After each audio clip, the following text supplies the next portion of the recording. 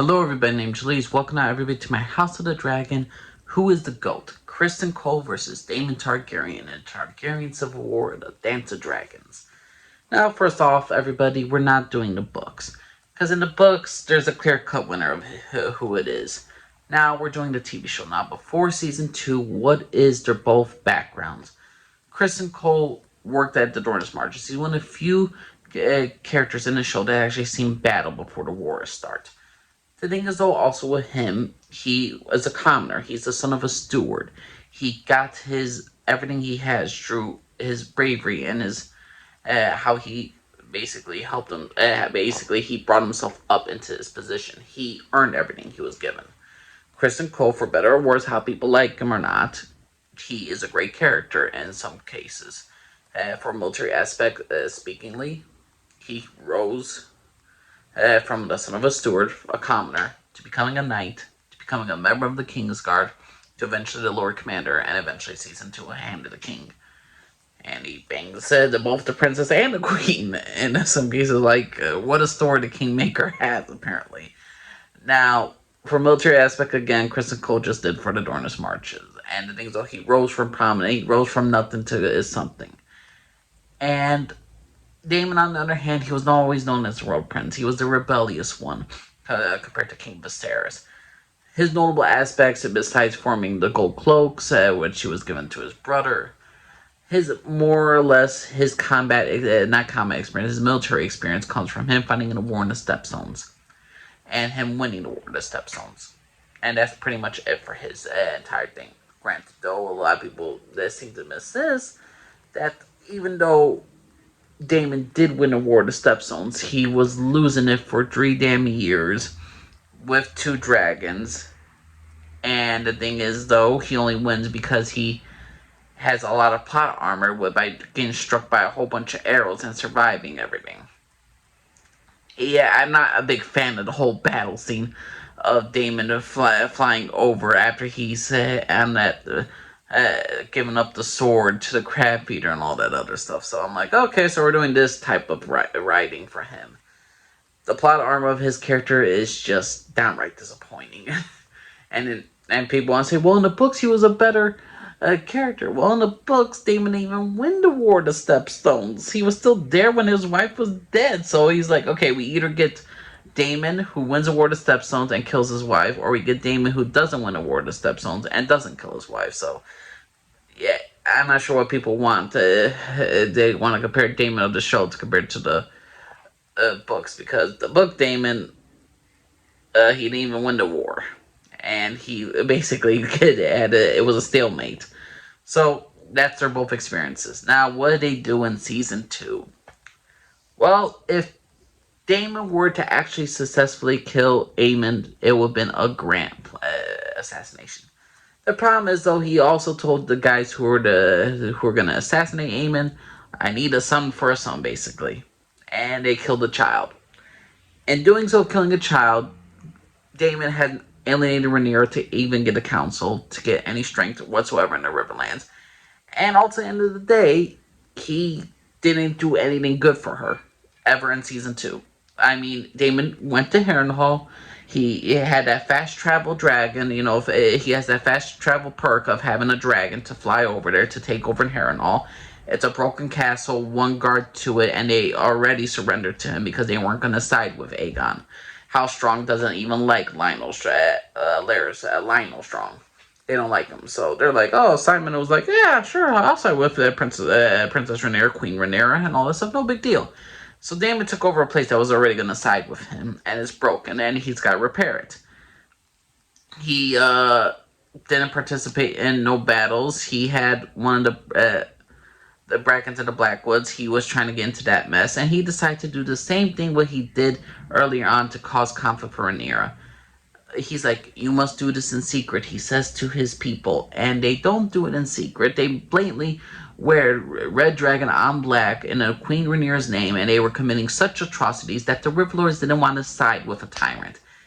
And at the end of the day, it's not Daemon who gets Rhaenyra the Riverlands. It's Oscar Tully. If Oscar Tully then stood by his grandfather's oath to side with Rhaenyra, Daemon would have lost the Riverlands for sure. If Oscar Tully said, no, I don't want to support you, or Rhaenyra, I don't want to support Rhaenyra because she bring the emissary that is terrible, and I don't like Daemon Targaryen. If that was the case, the Riverlands would not have sided with Rhaenyra at all, and the war would be over. In my personal opinion, if the Riverlands sided with freaking Aegon and Aemon immediately after this, Rhaenyra would be done. I don't care how many dragons she has. She would have to burn them all. She would literally have to be Aegon the Conqueror again because none of the realm would have accepted her because of Daemon Targaryen. And if not, Oscar Tully. So Daemon, out of a total points of what he has done for Rhaenyra, he gets 1 point for taking the castle that would technically...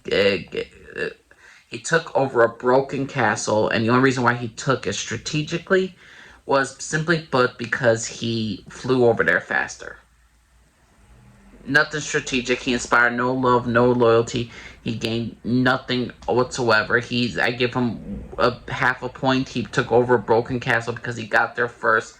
There's nothing strategic about this mindset. There is no military leader, no military genius that I see in freaking Daemon Targaryen. No, absolutely nothing. So Daemon Targaryen, overall, to me, season 2 cannot even compare to the GOAT that is Criston Cole. I mean, do we even need to compare? Okay, Criston Cole wasn't there for the whole event of Blood and Cheese because he's asleep with Valzin. Okay, that's a negative point for him. Then, he sent the Cargyle twins. He set up the whole Cargyle twin fight. He sent one of the Cargyle twins to assassinate Rhaenyra after the event of Blood and Cheese. And his assassination thing actually almost worked compared to Daemon's. If Criston Cole would have limited... Criston Cole was solely responsible for Rhaenyra nearly getting killed. If it wasn't for the White Worm, Rhaenyra would be dead. Absolutely, in my opinion. And the thing is, what did Criston Cole do afterwards, after the whole Cargyle twin thing? And we're not going to give him a point because, he eliminated one of Rhaenyra's Kingsguard members, but he lost a Kingsguard member as well. But what happened with Criston Cole's plan? Okay, after that, he decided to gain his forces around. He took over Rosby. He took over Stokeworth. After that, he took over Duskendale. After that, Rook's Rest. Criston Cole solely took over the Crownlands, 4 castles in the Crownlands. Not to mention, in Duskendale, there was a Rhaenyra's council member at Duskendale. So, he eliminated one member of Rhaenyra Council. He eliminated another one to Rook's Rest. He planned for Rhaenyra to send a dragon to back up to have a defense of Rook's Rest to counterattack Criston Cole's army. The thing is, Criston Cole planned this, and he already had a plan to have Aemon there, not Aegon, to take over whatever dragon shows up. So, Criston Cole is essentially responsible for eliminating Rhaenys Targaryen, the closest member to Rhaenyra Targaryen, her closest confidant. And he eliminated a dragon. Mind you, this is the first dragon that has been truly killed since Maegor the Cruel killed his brother. This hasn't happened in over 100 years or more. Criston Cole is solely responsible for the Crownlands being nearly taken over for the Greens. Again, Rosby, Stokeworth, Duskendale, Rook's Rest, 4 castles. He took a member of Rhaenyra's council out in freaking Duskendale. Then he took another member of Rhaenyra's council at Rook's Rest. And then he took a freaking Rhaenys Targaryen. 3 members of Rhaenyra's council out, plus a dragon. And people say, well, he's going through PTSD now. He wants to off himself and all that stuff. Doesn't change the fact that this guy has done everything right in some cases. He has gained victories. He is undefeated in battle. He has, again, 4 castles taken. 3 members of Rhaenyra council gone. And a dragon killed, all thanks to Criston Cole's planning and strategy. Now, I ain't gonna blame him for the whole Aegon event because Aegon came on his own damn self. And the thing is, though, maybe people want to say, well, maybe they say how Aegon wasn't informed of the plan. Why would he need to be informed of this plan? Aemon knows about it. Aemon's the way clear one. Aegon needs to stay away from the capital so he don't risk himself. That was Aegon's fault. But if we're looking at total strategy of who actually is committed more into armies, what's more achievement? Flying with a dragon to one place after another and to gain victory and to gain gain allegiance. No, you're going around flying with a dragon, threatening people like, okay, kneel or burn. That's not strategy. That doesn't make you the greatest military strategist alive. That doesn't make you the GOAT of military aspects. That doesn't make you the greatest warrior. That doesn't make you the thing. No, you're just huffing and puffing around here. No one makes a great strategist. Going with an army, right, going on a roll, traveling a long way, taking castle after castle after castle, eliminating members of the opposing team's council members, and eliminating a dragon, and counterattacking, like planning the attacks, planning the counterattacks, planning your defense. That's what's more to me a line of who is the better of the characters, who is better as the GOAT from military aspect, who is a better warrior, who's a better military strategist, who actually has done something. There is no point to even score. Like Daemon, on one hand, I can't even lift a half a finger up to give him a point. He took over Harrenhal, a broken place. Unless he got the Riverlands, that's something I could give him credit for. But he didn't get the Riverlands. That's Oscar Tully. This is all Oscar Tully. Criston Cole, he went to castle to castle to castle. Sack this one, sack this one, sack this one, sack this one. Okay, kill this council member, kill this council member, kill this council member. Oh, the dragon's coming. We got that too. There's no obvious there's a clear choice of who is the GOAT of House of the Dragon or in the Dance of Dragons in freaking season 2.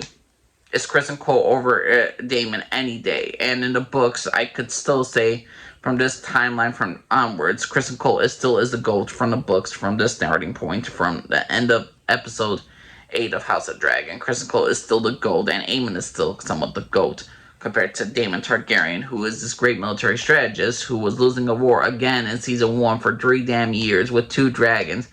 And then he gets shot by arrows, and he could outrun arrows like plot armor. I'm sorry, no. All strategically, all logically, Criston Cole is a GOAT compared to freaking Daemon Targaryen. But what's your personal opinion, everybody? You think Daemon Targaryen is still the GOAT after I give you all the facts of what he accomplished, which was basically nil, while Criston Cole was always accomplishing everything else?